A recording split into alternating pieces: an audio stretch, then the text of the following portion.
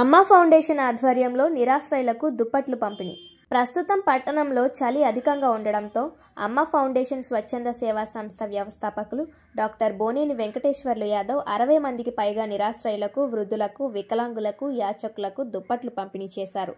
ఈ సందర్భంగా ఆయన మాట్లాడుతూ దుప్పట్లు పంపిణీ చేయడం తమకెంతో సంతోషాన్ని ఇచ్చిందని, అలాగే అమ్మ ఫౌండేషన్ ఆధ్వర్యంలో చేస్తున్న వివిధ సేవా కార్యక్రమాలను సోషల్ మీడియాలో చూసి బళ్ళారి నుంచి బిఎస్ఎన్ఎల్ ఉద్యోగులు పివి ప్రసాదరావు మానవతా దృక్పథంతో స్వచ్ఛందంగా ముందుకు వచ్చి వారే స్వయంగా 30 దుప్పట్లు కొనుగోలు చేసి గిద్దలూరికి కొరియర్ ద్వారా పంపించి ఉన్నారని తెలిపారు.